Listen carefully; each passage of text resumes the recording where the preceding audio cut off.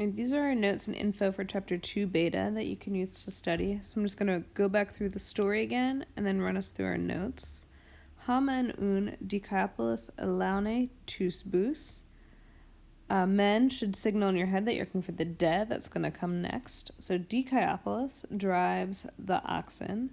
Ha de, and we go Xanthias, apisthen badidze kaifere ta aratron. Xanthias follows, he walks behind, and he carries the plow. De alogu de ha Dicaeopolis es age tus bus es tan agron kai blepe prostan dulon. Soon Dicaeopolis leads the oxen to the field and blepe, and looks towards the slave. You want to start paying attention to the endings for your verbs, right? Because now we know first, second, third, and imperatives. And then also the articles that are going with your nouns. So ton there being an accusative. Ha de Xanthias u par estin. But Xanthias is not present. These compounds of aim, to be, are going to be important as well. So par estin, to be near, to be present.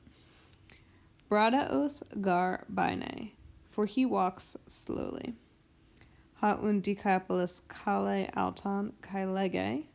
Dicaeopolis calls him and says, Spaude o Xanthia kai fere moi ta aratron.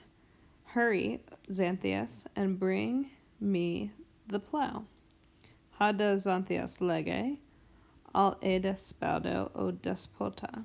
Xanthias says, But already I am hurrying, O master. Te huto halopos e. Why are you so difficult? Bradaos de fere ta aratron pros auton. Slowly he carries the plow towards him.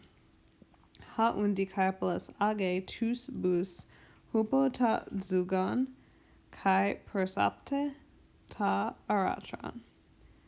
Dicaeopolis leads the oxen under the yoke, and he approaches the plow.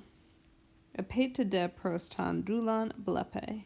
Then he looks towards the slave.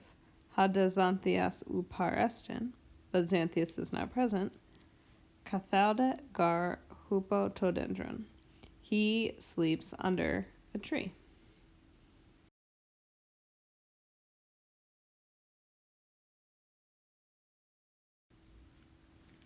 Now we have our second paragraph here.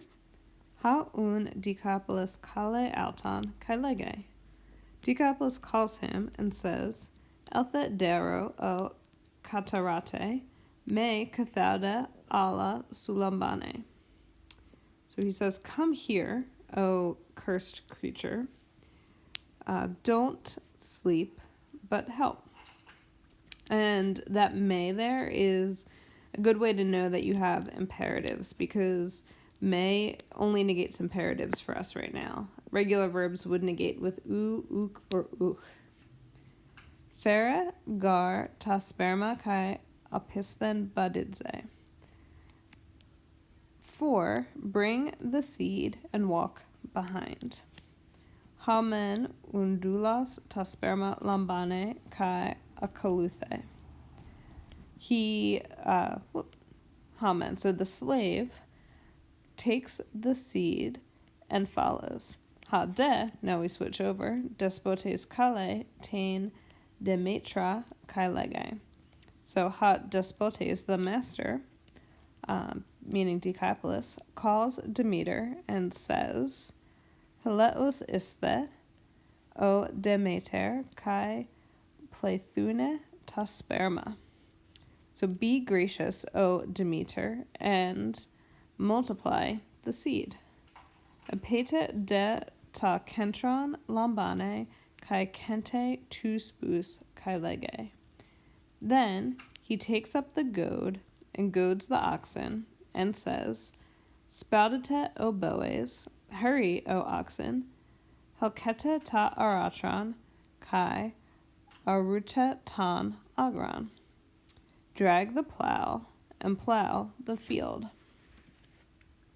Our notes. So we had all of our new verb endings, our o, ace, e, back in the 2 alpha notes. And you can always go back and review the songs for your endings. We have them for the article, verb, second declension. Just remember that you only need to know singulars for right now. And we're only doing masculine and neuter for articles and adjectives and nouns in the second declension. And there's also, if you need a case review, some videos in the Chapter 1 module on how cases work and things like that. So articles, nouns, and adjectives, they're all going to have a gender, number, and a case. And they're all also going to be part of a particular declension. And the declension is just the family that the noun belongs to. Greek will have 3 declensions. So right now we're dealing with nouns to go in the second declension, and those tend to be masculine. Not always, but usually. The article, when you look up a noun, is going to tell you the gender. So ha will tell you that it's masculine, he that it's feminine, and ta that it's neuter.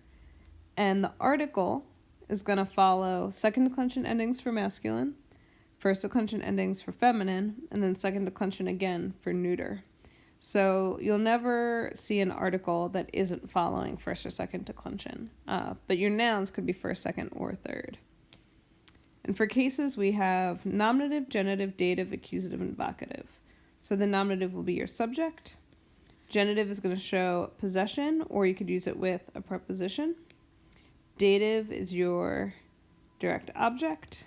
You can also use a dative with a preposition. Accusative will be a direct object or with a preposition. And then vocative is when you're addressing someone. And here's your chart. You can also find this chart in your book. And if you go back to those songs and things like that. So our article is going to go ha, tu, to, tan, o for masculine singular. And then our noun, the only real difference in the nominative, instead of ha, we're going to see os. And then the endings will be the same, you just get rid of the tau. So os, u, o, on, eh. And our article, noun, and adjective are going to agree in gender, number, and case. That doesn't mean, though, that they'll always look the same. So our article, ha, is masculine nominative singular. Our noun is masculine, and the nominative singular is os. And then kalos has to be masculine nominative singular as well, because that's how we know that they're all going together. In the neuter, you follow the same pattern. The only real difference is the nominative and accusative are ta. So in the neuter, the nominative and accusative are always the same. The article becomes ta, and then the nominative is going to be on. So the difference between tan agron masculine and ta dendron neuter. And then here's just the exercise we did in class, if that's helpful as well, to have to go back and look over.